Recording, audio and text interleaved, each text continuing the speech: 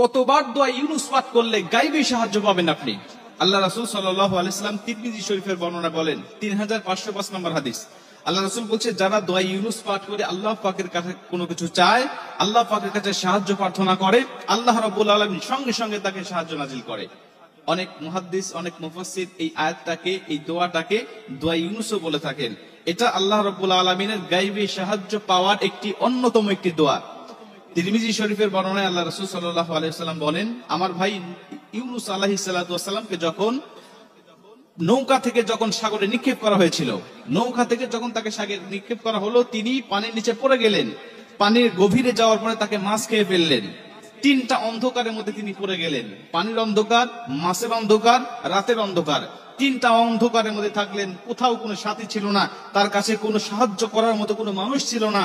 তিনি জানতেন যে আমাকে আল্লাহ পাক ছাড়া কেউ সাহায্য করতে পারবে না।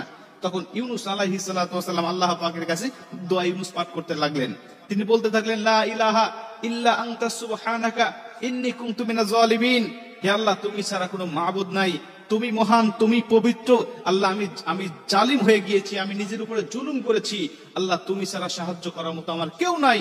আল্লাহ রাব্বুল আলামিন তাকে মাছের পেট থেকে আল্লাহ পাক তাকে হেফাজত করলেন। আল্লাহ পানির অন্ধকার থেকে তাকে আলোতে নিয়ে আসলেন, রাতের অন্ধকার থেকে আল্লাহ দিনের আলো দিলেন। তিনি মুক্তি হয়ে গেলেন, তিনি আল্লাহ পাকের শুকরিয়া আদায় করলেন।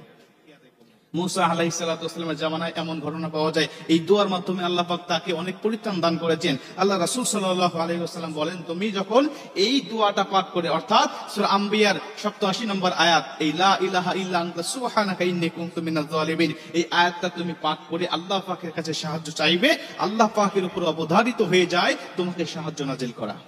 অনেকে বলতে পারেন, হুজুর কতবার তেলাওয়াত করবো? আমাদের সমাজে বলে যে 100 বার, 1000 বার, বা 1 লক্ষ, বা 16,75,000, বিভিন্ন সংখ্যা আমাদের সমাজে কিন্তু বর্ণনা আছে। কিন্তু আল্লাহ রাসূল সাল্লাল্লাহু আলাইহি ওয়াসাল্লাম বলেন, আমলের সাথে, ইখলাসের সাথে যদি কোনো আমল করা হয়, এটা একাধিক করার প্রয়োজন নয়।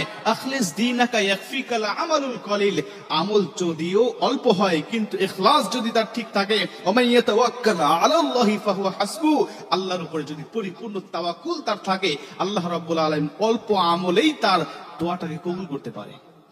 আপনি একবারও যদি আপনি ইখলাসের সাথে পাঠ করতে পারেন, একবার যদি আপনি ইখলাসের সাথে আদায় করতে পারেন যে আল্লাহ রাব্বুল আলামিন অবশ্যই আমাকে সাহায্য করবেন, এই আশা আপনার উপরে আছে, আল্লাহ পাকের উপরে আছে, এই বিশ্বাসটুকু যদি আপনার অন্তরে থাকে যে আল্লাহ, তুমি ছাড়া তো সাহায্যকারী কেউ নাই, তুমি তো কোরআনের মধ্যে ওয়াদা দিয়েছো, তুমি তো বলে দিয়েছো, তাতানাজ্জালু আলাইহিমুল মালাইকা আল্লা তাখাফু ওয়া লা তাহজানু ওয়া আবশিরু বিল জান্নাহ, আল্লাহ তুমি ফেরেশতা দিয়ে আমাকে সাহায্য করার ওয়াদা তুমি দিয়েছো, আল্লাহ তুমি আমাকে সাহায্য করো, আল্লাহ এই বিপদ থেকে তুমি আমাকে রক্ষা করো, আমার দেওয়ালে পিঠ থেকে গেছে, কেউ আমাকে হেফাজত করার মতো নাই, আমি ঋণে জর্জরিত হয়েছি, আমি কষ্টের মধ্যে পতিত হয়েছি, আমাকে সমাজের মানুষ দেখতে পারে না, আমি অনেক সমস্যার সম্মুখীন হয়েছি, আল্লাহ তুমি না চাইলে আমাকে কেউ এই সমস্যা থেকে পরিত্রাণ দিবে না, আল্লাহ তুমি আমাকে পরিত্রাণ দাও।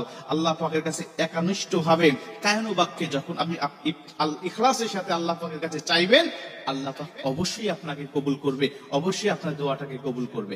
এজন্য দোয়া ইউনুস, লা হাওলা ওয়ালা কুওয়াতা ইল্লা বিল্লাহ, এই সমস্ত দোয়াগুলো আল্লাহ পাকের সাহায্য পাওয়ার একটি অন্যতম মাধ্যম, আল্লাহ পাকের সাহায্য পাওয়ার একটি অন্যতম মাধ্যম, অন্যতম একটি দোয়া। এগুলো পাঠ করে আপনি আল্লাহ পাকের সাহায্য চাইবেন, দেখবেন যে আল্লাহ পাক অবশ্যই আপনাকে সাহায্য দান করে দিয়েছে।